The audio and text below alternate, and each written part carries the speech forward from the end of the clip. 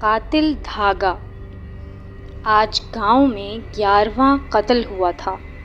اس بار قتل ہونے والی لڑکی زنیرہ تھی۔ یہ قتل بھی پہلے کی طرح تھا۔ زنیرہ کی گردن تن سے جدا تھی اور صرف ایک دھاگے کے برابر جڑی ہوئی تھی۔ اس کی لاش خون میں لت پت پڑی تھی۔ اس کی ماں پاگلوں کی طرح دھاڑیں مار مار کر رو رہی تھی۔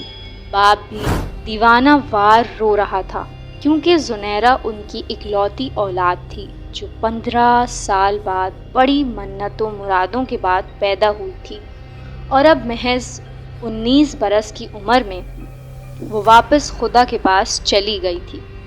سارے گاؤں پر آفت ٹوٹ پڑی تھی۔ ہر روز کی طرح زنیرہ کو بھی آج غسل کے بعد قبر میں اتار دیا گیا۔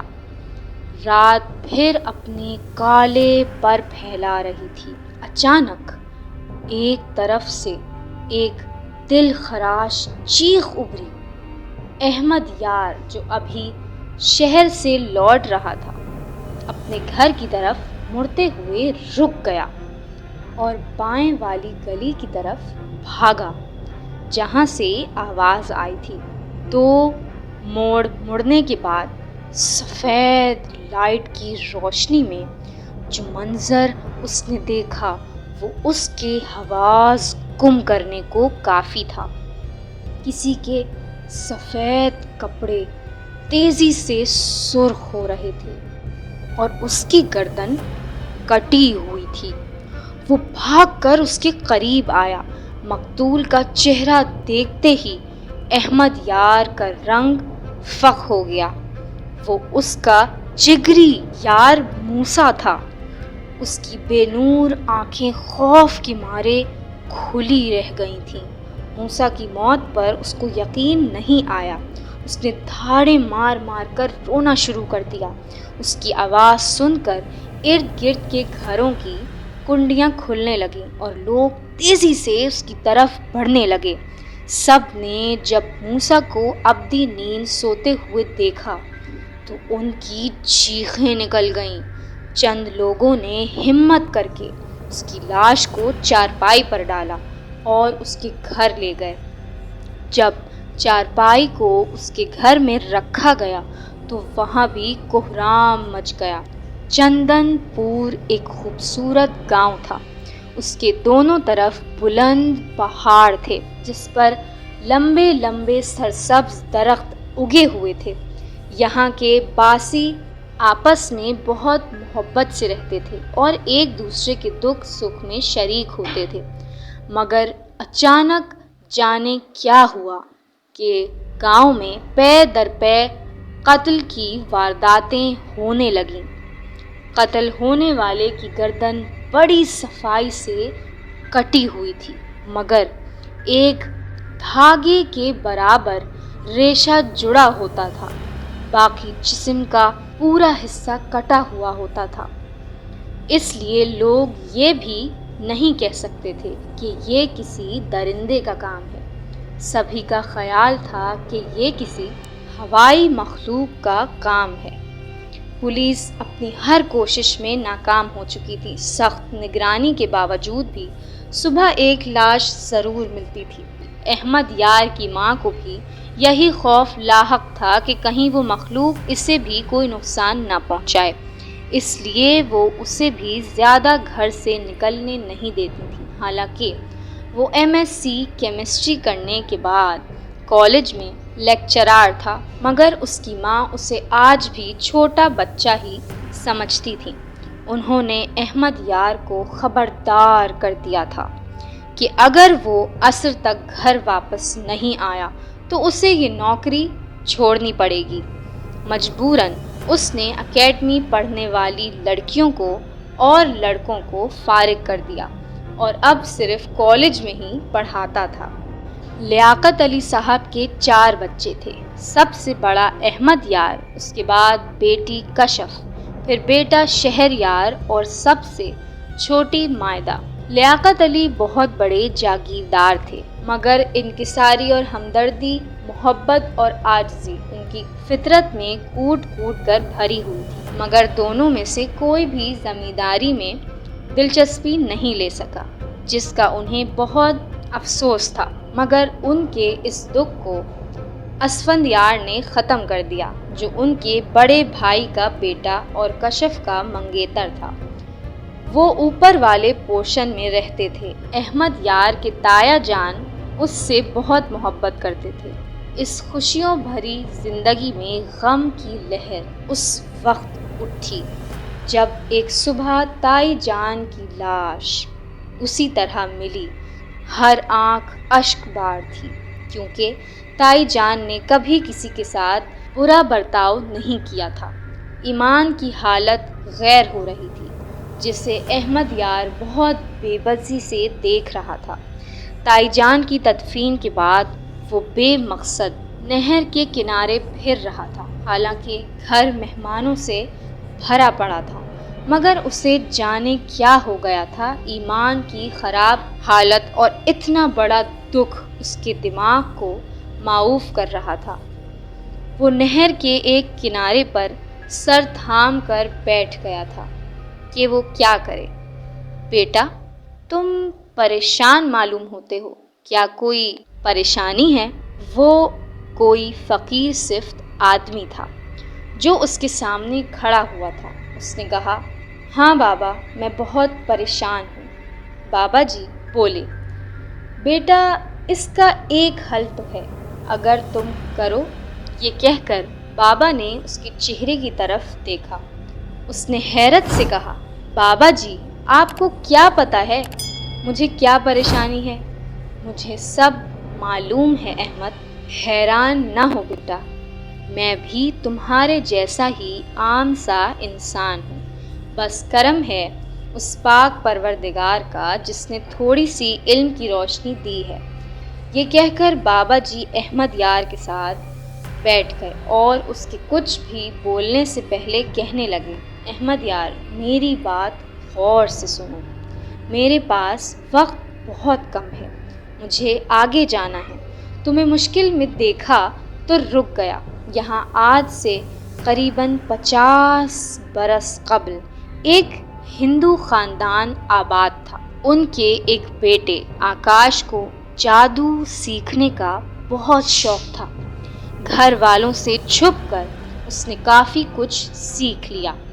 ایک دفعہ اس کو اس کے شیطان دیوتا نے حکم دیا، اگر وہ اسے 7 لڑکیوں اور 7 لڑکوں کی بلی دے گا تو وہ اسے موت کا علاج بتائے گا، مگر یاد رکھنا، اگر تم ناکام ہوئے تو تمہاری موت بھی ہو سکتی ہے۔ آکاش موت کا علاج ملنے کی خوشی میں دیوانہ ہو رہا تھا۔ وہ سوچنے سمجھنے بغیر اس بھیانک کام کے لیے راضی ہو گیا۔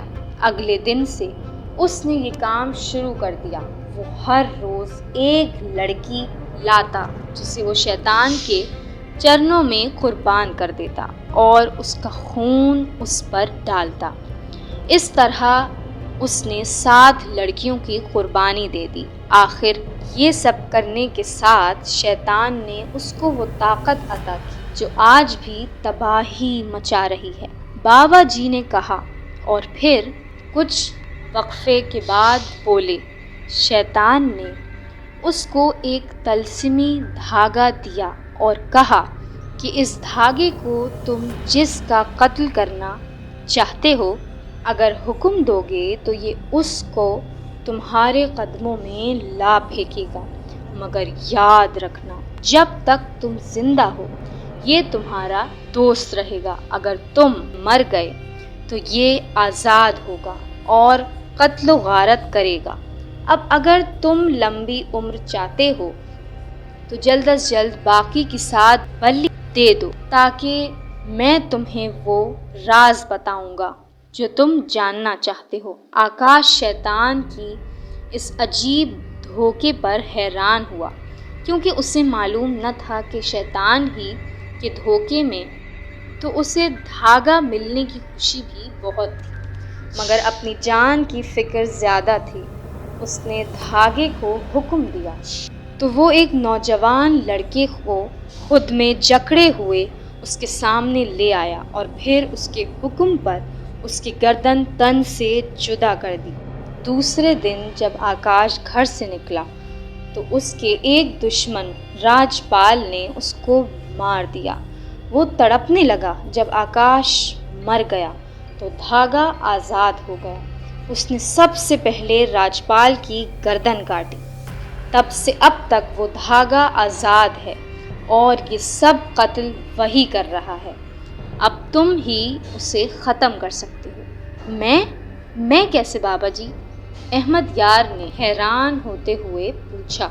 کیونکہ تمہارے دائیں بازو پر نبضوں سے اللہ لکھا ہوا ہے، جس کی وجہ سے کوئی شیطانی طاقت تمہیں نقصان نہیں پہنچا سکتی ہے۔ میں بے اختیار اپنے بازو کی طرف دیکھنے لگا۔ یہ اسم پاک میرے بازو پر پیدائشی تھا۔ اچھا، اب میں چلتا ہوں، بابا جی نے یہ کہا اور ایک چھوٹی سی ڈبیا اس کی طرف بڑھا دی اور کہا، یہ چھوٹا سا تحفہ تمہارے لیے، اسے رکھ لو۔ یہ کیا ہے بابا جی؟ احمد نے پوچھا۔ یہ ایک کاغذ ہے، پہلے یہ پکڑو۔ بابا جی نے اسے دوسرے ہاتھ سے جیب میں سے کاغذ نکالا۔ اس پر ایک ورد لکھا ہوا تھا۔ یہ تم نے 7 مرتبہ پڑھنا ہے۔ جب آخری بار پڑھو گے تو وہ دھاگا تمہارے پاس تیرتا ہوا آ جائے گا۔ اس پر پھونک مار دینا، وہ جل جائے گا، مگر اس سے پہلے اس ڈبیا میں موجود صفوف سے 7 حصار کھینچ لینا۔ ہر دفعہ جب تم ایک بار ورد مکمل کرو گے تو ایک حصار غائب ہو جائے گا۔ جب تم آخری بار پڑھو گے تو آخری حصار بھی غائب ہو جائے گا۔ تب تک وہ دھاگا تمہارے سامنے آ چکا ہوگا۔ اگر تم نے اس لمحے اس پر پھونک نہ ماری تو چونکہ تمہارے گرد حصار نہ ہوگا، اس لیے وہ تمہاری بھی گردن کاٹ سکتا ہے۔ میں اب چلتا ہوں۔ بابا جی جاتے جاتے مڑے۔ یہ ورد کرنے کے لیے تمہیں کہیں جانے کی ضرورت نہیں ہے، تم کسی بھی پاک جگہ پر اسے کر سکتے ہو۔ اللہ حافظ۔ یہ کہہ کر بابا جی چلے گئے۔ احمد یار نے سب سے پہلے وضو کیا، نماز عشاء ادا کی، اپنے گرد حصار کھینچ کر اس میں کھڑا ہو گیا۔ وہ ورد اس نے ہاتھ میں پکڑے ہوئے کاغذ سے پڑھنا شروع کیا۔ 3 بار پڑھنے پر بھی کوئی حصار غائب نہ ہوا۔ اس نے حیرت سے سوچا کہ یہ کیا؟ بابا جی نے تو کہا تھا کہ ہر دفعہ ایک حصار غائب ہو جائے گا۔ اتنے میں اسے بابا جی کی آواز سنائی دی، بیٹا یہ عمل رات کے پچھلے پہر کرنا ہے، جو میں تمہیں بتانا بھول گیا تھا۔ مقررہ وقت پر وہ اپنے کمرے میں آیا اور اپنا عمل کرنا شروع کر دیا۔ جیسے ہی اس نے پہلی دفعہ عمل مکمل کیا، ایک حصار اس کے دیکھتے ہی دیکھتے غائب ہو گیا۔ اسی طرح باقی کے سارے حصار بھی غائب ہو گئے۔ آخری حصار غائب ہوتے ہی اسے ایک سرخ چمکتا ہوا دھاگا تیزی سے اپنی گردن کی طرف بڑھتا ہوا معلوم ہوا۔ اسے جلدی میں کچھ سمجھ نہیں آیا تو اس نے ہاتھ آگے کر دیا۔ دھاگے نے کسی تیز دھار تلوار کی طرح اس کا ہاتھ زخمی کر دیا۔ اس نے جلدی سے اس پر پھونک ماری تو وہ جل کر زمین پر گر گیا۔ اس کے ہاتھ سے خون تیزی سے نکل رہا تھا۔ اس نے جلدی سے باہر نکل کر اسد کو آواز دی، جو اس کے ساتھ والے کمرے میں تھا۔ کیا ہوا احمد؟ اس نے گھبرا کر دروازہ کھولا۔ اس کے ہاتھ کو دیکھ کر سمجھ گیا کہ اس وقت اس کا ڈاکٹر ہونا احمد کو کسی نعمت سے کم نہ لگا۔ اس نے احمد یار کے ہاتھ میں ٹانکے لگائے، تب کہیں جا کر خون رسنا بند ہوا۔ اس کے پوچھنے پر اس نے سارا معاملہ اس کو بتا دیا۔ دونوں نے خدا کا لاکھ لاکھ شکر ادا کیا جس نے احمد یار کی جان بچا لی۔ دوسری صبح سب کو یہ خوشخبری سنا دی گئی کہ کسی کو بھی یقین نہ آیا، مگر جب کئی روز تک کوئی قتل نہ ہوا تو سب کو یقین ہو گیا کہ وہ دھاگا اپنا وجود کھو گیا ہے۔ چندن پور کی خوشیاں پھر سے لوٹ آئیں۔